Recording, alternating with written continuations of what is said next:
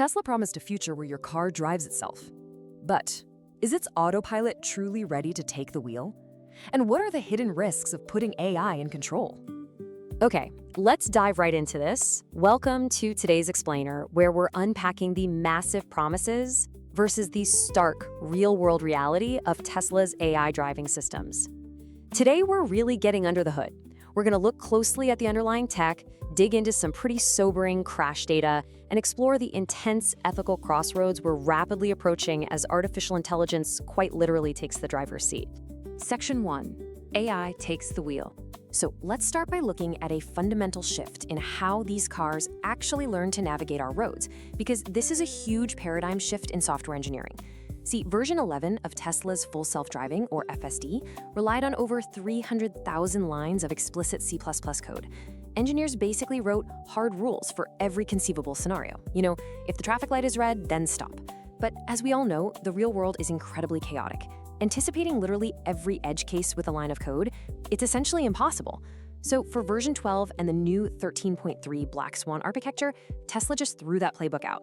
They completely stripped out those 300,000 lines of code and replaced them with what's called an end-to-end neural network. Now you might be wondering, what exactly powers this end-to-end system? Well, it utilizes something called a vision transformer.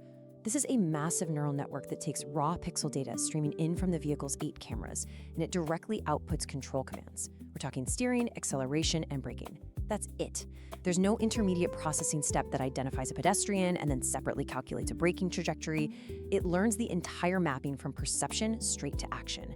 And the whole idea here is to reduce latency, allowing the system to react much faster by processing visual info closer to how our own human brains operate when we drive. And this vision-first approach, it's not just a Tesla thing anymore. Looking at the broader industry, there's been an absolute explosion in vision-centric AI research since 2023. The whole industry is racing to build neural networks that can comprehensively understand the 3D environment around a vehicle using just cameras. They're ditching the older bird's-eye view models that completely missed crucial height information. Section 2. The Data Flywheel Experiment. Now, to train an artificial brain this complex, you need an unimaginable amount of data. And how Tesla actually gathers that data is absolutely crucial here. They utilize a data flywheel. So instead of relying on a small fleet of dedicated test cars, Tesla uses millions of consumer vehicles already on the road as a massive, distributed data collection network. They do this through something called shadow mode. Basically, the AI silently runs its neural networks in the background alongside the human driver, constantly comparing the human's actual decisions to the AI's predictions. Whenever the AI would have done something different, say brake earlier or steer slightly left, that event gets flagged as an edge case and uploaded to train the network. This clever loop has generated billions of miles of real-world driving data from incredibly diverse, chaotic conditions. But this strategy forces us to pause and ask a very serious question. Does faster AI improvement justify the risks of using consumer vehicles as a real-world testing platform? Critics and safety advocates are quick to point out that deploying partially autonomous, still learning software to the general public shifts a massive amount of risk away from the company and directly onto consumers, and, frankly, innocent bystanders sharing the roads. Section 3. The Global Autonomous Race. As Tesla pushes this strategy forward, they're facing some intense pressure internationally, which really highlights a deep philosophical divide in the auto industry right now. Tesla's pure vision strategy relies entirely on 8 cameras. They're betting the house that if humans can drive with just eyes, cars can drive with just cameras. But then you have Huawei, for example, utilizing sensor fusion, combining 3 LiDARs, 6 radars, and 9 cameras. This gives them massive hardware redundancy, specifically aimed at handling chaotic urban environments. Meanwhile, BYD adopts a more hybrid approach, using cameras and radar to keep costs manageable while maintaining a baseline of safety. Ultimately, Tesla is betting everything that its software and that massive data flywheel can outsmart the heavy hardware redundancy of its rivals. Section 4. The Crash Data Reality. Okay, so how is that software-first bet actually playing out on real streets? For that, we need to look at the hard regulatory data. 956. I really want you to focus on this number. This is the total number of crashes analyzed by the National Highway Traffic Safety Administration, or NHTSA, involving Tesla's autopilot and FSD systems between August 2022 and August 2023. Let's break that data down a bit. Out of those 956 crashes, investigators identified 211 of them as frontal plane crashes. Now, these are highly severe incidents where the front of the Tesla struck a vehicle or obstacle directly in its path of travel. The investigation found a really concerning pattern.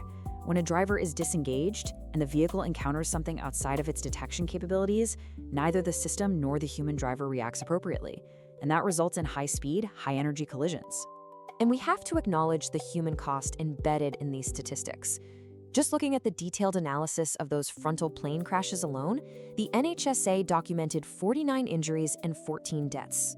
This stark, tragic reality is exactly what prompted federal agencies to deeply investigate how these systems actually interact with human drivers.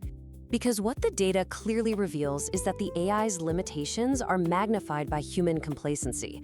The NHTSA identified a literal critical safety gap in the system's ability to maintain driver engagement. I mean, we've all seen the documented incidents, right? Drivers literally fast asleep behind the wheel on LA freeways, people using aftermarket weights like the autopilot buddy, or, crazily enough, wedging oranges into the steering wheel just to fool the torque sensors. And most chillingly of all, in over half of the detailed crashes they analyzed, the hazard was visible for 5 or more seconds before impact. 5 seconds. If the driver had just been paying attention, they would have had plenty of time to react and potentially avoid the crash. The gap between what the car can actually do and what the driver thinks it can do is proving deadly. Section 5. The ethics of AI driving. Which brings us to a layer of autonomous driving that goes way beyond just software bugs or driver error. Listen to this quote directly from our research sources. An AV's programming may determine whether to prioritize the safety of its occupants or that of pedestrians. Such decisions carry profound moral weight, yet are made preemptively. Think about that. We are pre-programming the trolley problem. When a crash is absolutely unavoidable, the AI's decision isn't a human reflex. It's a calculated risk distribution that was encoded by some engineer long before that car ever hit the road. And deciding what is right in that code, it's incredibly complicated. The MIT Moral Machine experiment proved that there is absolutely no universal cross-cultural agreement on who an autonomous vehicle should save in a crash. For instance, some cultures strongly prioritize saving pedestrians, while others prioritize the passengers inside the car. This heavily complicates any kind of global rollout for these systems because different regions have completely different ethical expectations for how an AI should behave when lives are literally on the line. Section 6. Human control versus AI. So, where does this all leave us as we navigate this crazy transition? Right now, we're left with this massive juxtaposition between engineering confidence and regulatory skepticism.